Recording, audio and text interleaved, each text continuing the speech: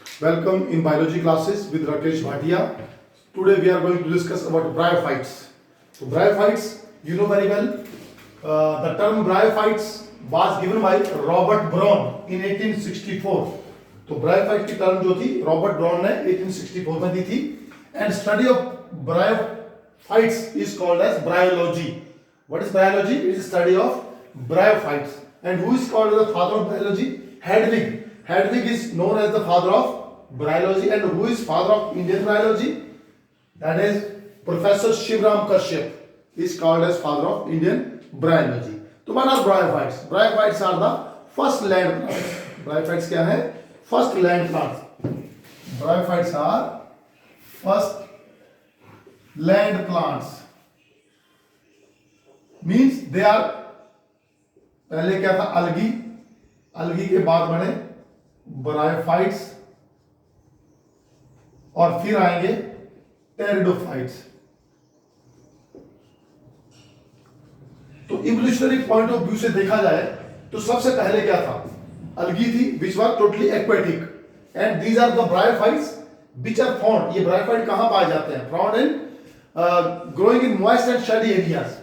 First land plants found growing इन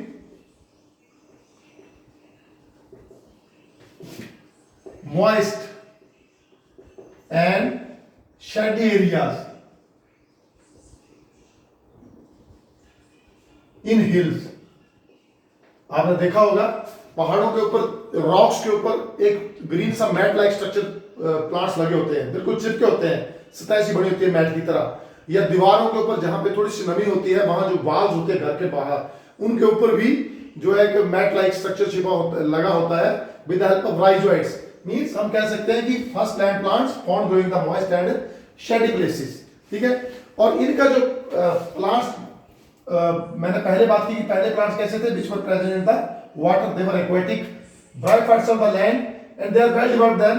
मतलब algae जो थी वो कम डेवलप्ड थी, ब्रायोफाइट्स ज्यादा डेवलप हुए लैंड रहने के लिए, और टेरिडोफाइट जो इससे ज्यादा हायरार्की में चल रहा है ये प्रोसेस. ठीक है.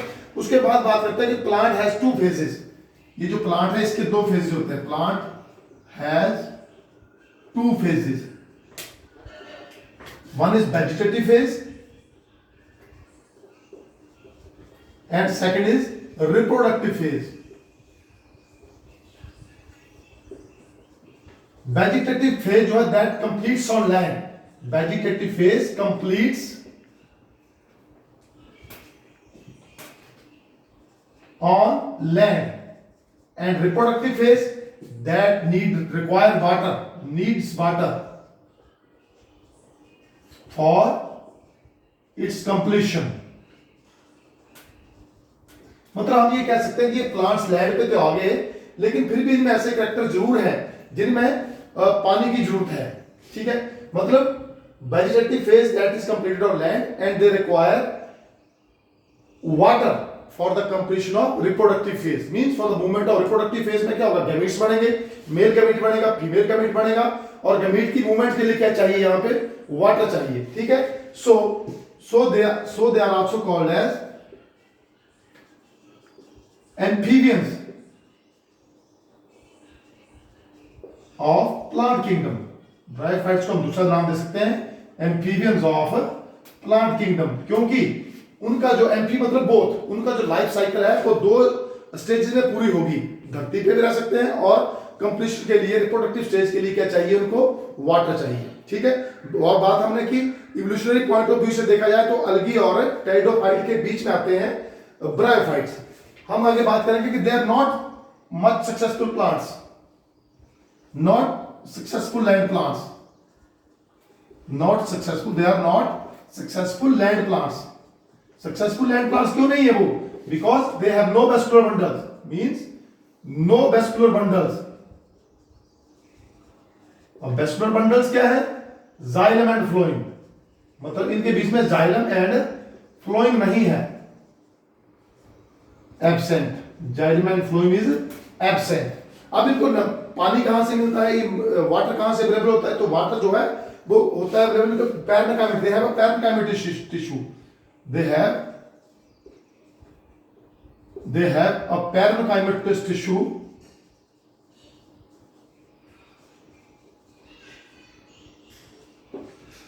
पैरेन्काइमेटस सेल्स हैं, सेल्स बनाते हैं tissue, they have parenchymatous cells. Parenchymatous cells कैसे? Thin walled living cells, thin walled living cells for water conduction. Water conduction के लिए क्या है यहां पे? पैरेन्काइमेटस टिश्यू है। उसके बाद बात करें कि बॉडी इज थैलस। बॉडी कैसी है इसकी? Body is thalloid, means body is not divided into root, stems and leaves. ना रूट है, ना स्टेम है, ना लीव्स है। बॉडी इज थैलस लाइक, ठीक है। Attached thalloid, attached to the body is thalloid, attached to substratum by means of hair-like structures, small hair-like unicellular structures called rhizoids.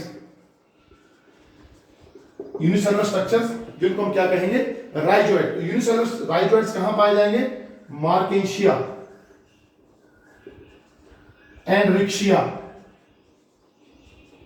मार्केशिया और Riccia क्या है? ये दोनों है प्रिमिटिव ब्रायोफाइट्स, प्रिमिटिव ब्रायोफाइट्स। मार्केशिया और रिक्शिया क्या है? Primitive bryophytes. लेकिन मल्टीसेलुलर राइजोइड्स भी होते हैं। Multicellular rhizoids are present in Funaria.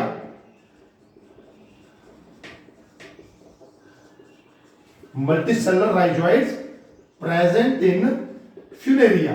अब ये राइजोइड्स है क्या? राइजोइड जो स्मॉल हेयर लाइक स्ट्रक्चर्स हैं जो पौधों को, ये जो प्लांट्स होते हैं, थैलस जो बॉडी होती है, इसको जमीन से के साथ, रॉक्स के साथ चिपका के रखते हैं, ठीक है। तो ये बात की हमने ब्रायोफाइट्स के बारे में। उसके बाद हम बात करेंगे कि इसका रिप्रोडक्शन कैसे होता है।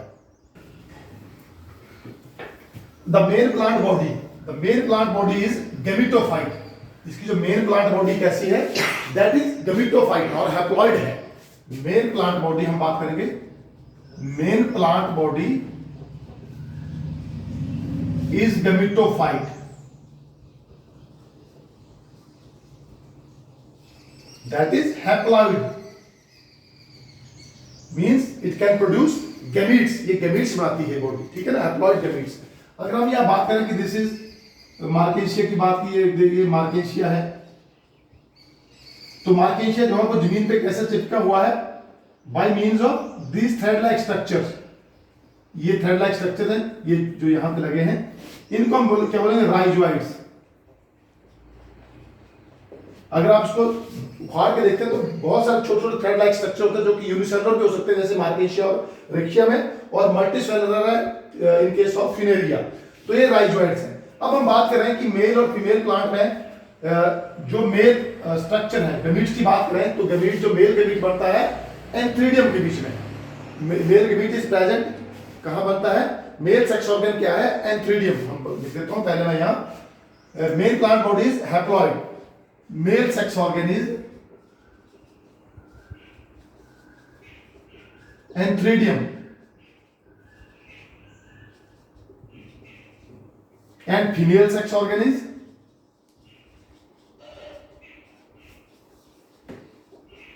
Archegonium,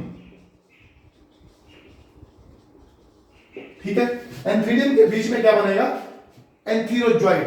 antheridium will lead to the formation of biflagellate. Antheridium forms बाइफ्लैजिलेट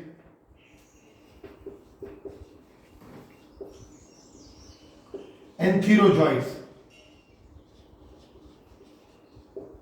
haploid which are haploid. Antherozoid कैसा होगा? हैप्लॉइड होगा, क्योंकि प्लांट बॉडी कैसी है? हैप्लॉइड है। तो ये यहां पे मान लीजिए कि ये है एंथीरोजॉइड, यहां पे है एंथ्रीडियोफोर,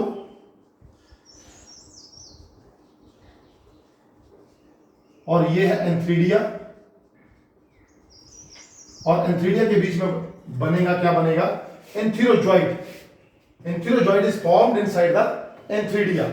उसके बाद फीमेल सेक्स ऑर्गन की बात करेंगे तो फिर फीमेल सेक्स ऑर्गन आर्किगोनियम है, और आर्किगोनियम कैसा है? ये मल्टीसेलुलर स्ट्रक्चर है। ये मैं यहां पे अगर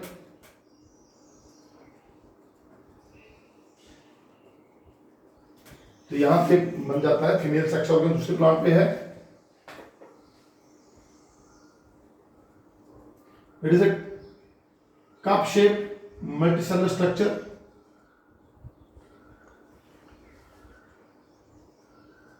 और इस कप शेप स्ट्रक्चर के बीच में, कप शेप स्ट्रक्चर जो है इसके बीच में स्टार्ट फ्लास्क शेप और कप शेप, इसके बीच में क्या बनेगा, ऊगोनिया बनेगा, आर्किगोनिया, आर्किगोनिया, ठीक है। दिस इज आर्किगोनियोफोर, ये जो structure that is आर्किगोनियोफोर।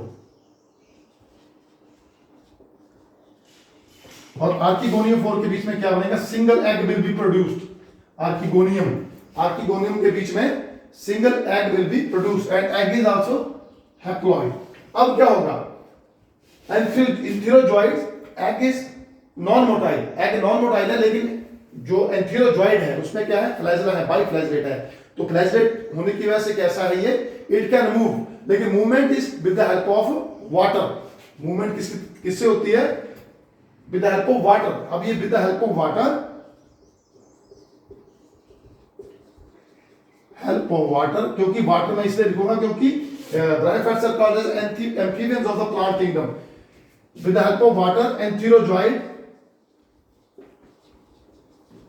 reaches to egg, that is female gamete, or you can say the oospores, ठीक है। अब ये यहां पे पहुंचेगा and what will be there, there will be fertilization and fertilize with egg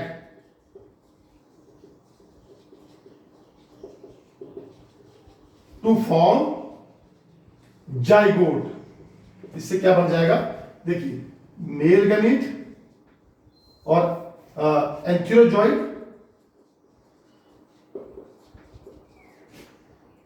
and egg, ये fertilize करके क्या बनाएंगे, zygote. And this process is called as syngamy. इस प्रोसेस को हम क्या बोल सकते हैं, syngamy, that is fusion of gametes, that is called as syngamy. Zygote अब बन चुका है, फ्यूजन हैप्लॉइड गैमीट दोनों फ्यूज कर चुके हैं। अब इसमें क्या आता है, स्पोरोफाइट बनता है। जाइगोट जो है that do not undergo reduction division immediately. हम बात करेंगे कि जाइगोट जो है वैसा ही रहेगा, zygote remain as it is, remain as it is for some time, mean it does not undergo reduction division, means it does not undergo reduction division for some time, ठीक है। तो ये होता क्या है, यहां पर मान लीजिए यहां से एंथेरोजॉइड आया और यहां पे फर्टिलाइजेशन होगी। अब होता क्या है, अब जब फर्टिलाइजेशन होगी, मान लो फर्टिलाइजेशन यहां हुई है, इसके बीच में सिनगैम जाइगोट यहां बना है, एग और एंथेरोजॉइड फ्यूज किया है और जाइगोट बन गया है। अब जाइगोट बनने के बाद जो इसका जो स्पोरोफिटिक फेज शुरू हो जाता है, क्योंकि 2n जाइगोट, जब जाइगोट क्या है, जाइगोट इज 2n, तो this is a plant body, leaves are present,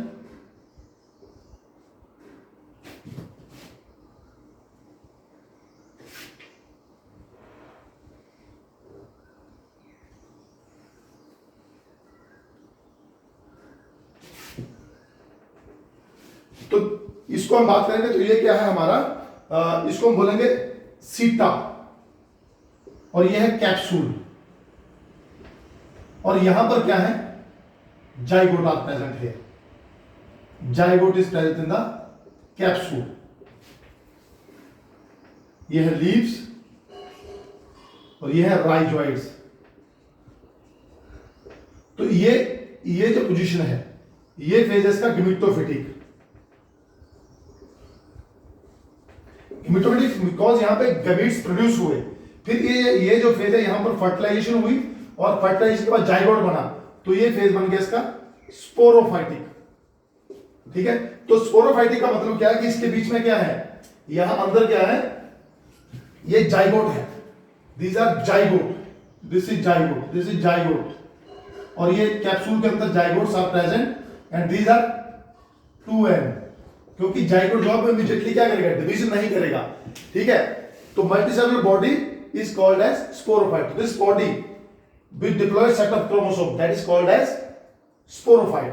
तो इस बॉडी को यहां से लेके जो यहां तक की body that is called as sporophyte. And जहां पे मेल गैमीट है सिर्फ, that body is called as haploid gamete, that is called as gametophyte. Sporophyte जो है कैसा है, is not free living. Sporophyte is not free living, हम यहां बात करेंगे। स्पोरोफाइट जो फ्री लिविंग नहीं है, वो कहां रहेगा, that will live on gametophyte. Sporophyte is not free living, it lives on gametophyte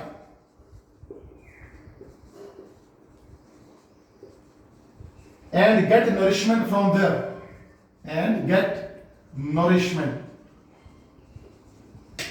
यहां हमने डायग्राम बनाया है यहां पे, तो ये क्या नीचे वाला पोर्शन क्या गैमेटोफाइट है और इसके ऊपर क्या लगा है, स्पोरोफाइट। जैसे मान लो यहां पर ही ये जो डेवलप हो गया, फर्टिलाइजेशन हुई, और यहां ये it has been developed just like this, this is capsule. Fertilization के बाद, और these are the zygote. Zygote यहां बना है, जाइगोट का डिवीजन हुआ, लेकिन सिर्फ माइटोटिक डिवीजन से मल्टीपल जाइगोट बन गए यहां पे, ठीक है। उसके बाद क्या होगा कि स्पोरोफाइट जो है that is not free living, it remain attached to the photosynthetic gametophyte. Photosynthetic gametophytes के साथ ही अटैच है, और वहीं से क्या करेगा, नोरिशमेंट लेगा ये, ठीक है। उसके बाद क्या होगा, some of the cells, know what happen after this, some of the cells of sporophyte, some of the cells of sporophyte, आपको पता चल चुका स्पोरोफाइट गैमेटोफाइट क्या है। Some of the cells of sporophyte, 2n जो है that is sporophyte zygote. Some of the cells of sporophyte undergo meiosis division. Meiotic division, that is reductional division, to form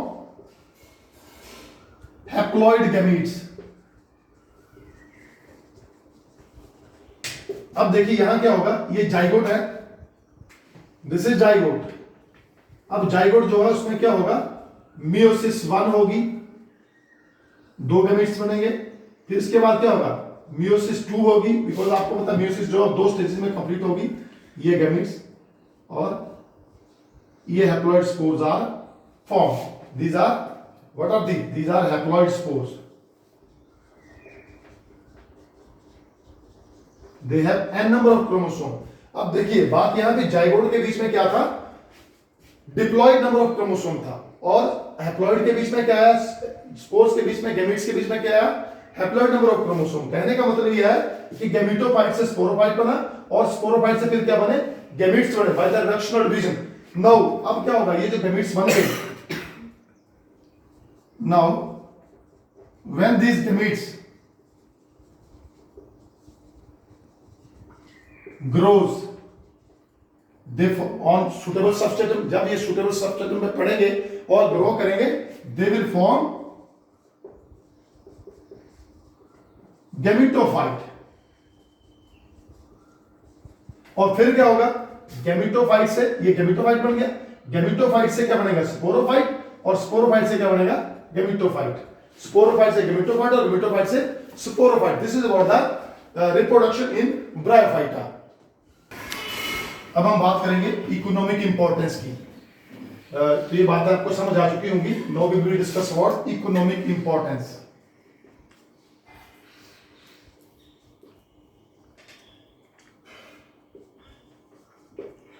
bryophytes are generally less economical important, की economic importance बड़ी कम है, पर कुछ एक जो स्पीसीज हैं वो प्रोवाइड करते हैं food material for the herbaceous mammals, animals.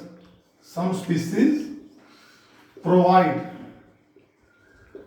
food for animals and birds.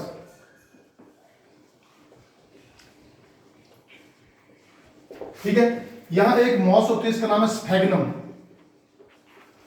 Sphagnum a moss. That is, ये जो स्फैग्नम मॉस है, it is used as peat, it is used as peat. And what is this peat? Peat is a compressed pieces of sphagnum. Sphagnum को सब दबा दिया जाता है, पूरा इसका एक रेक्टेंगल बना देते हैं, दबा के प्रेस करके मशीनों के अंदर, और उस सॉलिड स्ट्रक्चर बन जाता है जिसको हम बोलते हैं पीट. पीट can be used as peat which can be used as fuel. Peat जो है जिसको हम फ्यूल में यूज कर सकते हैं. और दूसरी इंपॉर्टेंस है इसकी स्फैग्नम की, used in packaging of living material. मतलब लिविंग मटेरियल एक स्थान से दूसरे स्थान तक अगर उसकी ट्रांसपोर्ट करना हो तो हम किसको यूज करते हैं? स्फैग्नम मॉस को. पैकेजिंग ऑफ लिविंग मटेरियल के लिए sphagnum moss, because of it's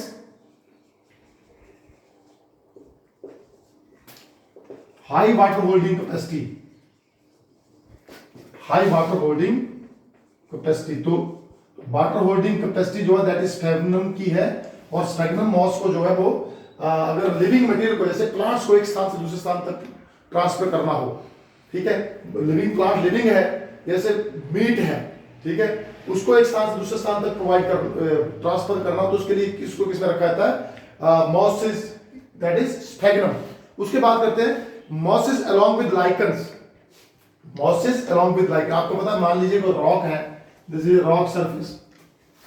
अब यहाँ पे आपको पता पहले क्या आए होंगे? लाइकन्स आए. लाइकन्स एसोसिएशन ऑफ अलगी और फंजाई. आपको पता यहाँ पर थोड़ा वाटर रहा होगा, वी कैन सपोज, और यहाँ पर सबसे पहले क्या आया? अलगी और फंजाई आ गई. ये अलगी और फंजाई का एसोसिएशन, दैट इज लाइकन. उसके बाद क्या आया? लाइकन जैसे ही खत्म होने लगे तो वहां पे ग्रो हो गए ये ब्रायोफाइट्स. ब्रायोफाइट्स ग्रो हो गए. अब ब्रायोफाइट्स और लाइकन दोनों मर गए, तो इन्होंने क्या प्रोवाइड कर दिया? यहाँ पे रॉ मटेरियल. क्या बन गया यहाँ पे? Raw material. रॉक पे, रॉक की क्रैक्स पे. और रॉ मटेरियल किसको यूज हुआ? Raw material use for the growth of higher plants. तो इनका रोल जो है इकोलॉजिकल सक्सेशन में बहुत ज्यादा रोल है. They have very important role. Bryophytes along with lichens has very important role in ecological succession.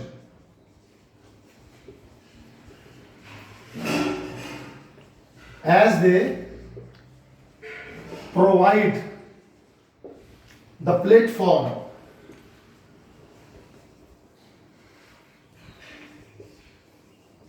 for the platform of raw material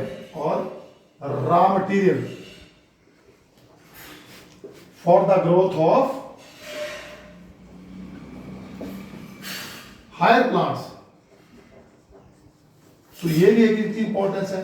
दूसरा इसकी एक और इंपॉर्टेंस है कि ये जो धरती पे जो रेन का इंपैक्ट है उसको भी कम करता है. It reduces the impact of rainfall on earth and also prevent the soil erosion. जो ब्रायोफाइट्स हैं, ब्रायोफाइट्स क्या करेंगे? Reduces the impact of rainfall. Bryophytes reduces the impact of rainfall on earth and prevent soil erosion. कैसे? Soil erosion because as these are present in the form of dense mats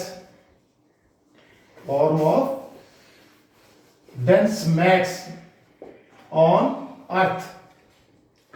अर्थ पे कैसे present है? Dense mat के form में present है. तो बारिश आती है तो भी इसका कोई बारिश का कोई प्रभाव नहीं पड़ता इनके ऊपर. तो हम बात कर रहे हैं कि इकोनॉमिक इंपॉर्टेंस क्या है कि पहले तो एक एनिमल्स के लिए, बर्ड्स के लिए फूड प्रोवाइड करते हैं. दूसरा स्फैग्नम मॉस है, वो क्या प्रोवाइड करती है? फ्यूल प्रोवाइड करती है in the form of peat and is also used as packaging material. ठीक है. और कई बार प्लांट्स के ऊपर जब वेजिटेटिव प्रोपगेशन करना होता है कि प्लांट्स के ऊपर प्लांट लेयरिंग करनी होती है, लेयरिंग कि प्लांट के ऊपर ही नया प्लांट तैयार करना हो तो उसको वहां पे कवर किससे किया जाता है? स्फैग्नम मॉस से.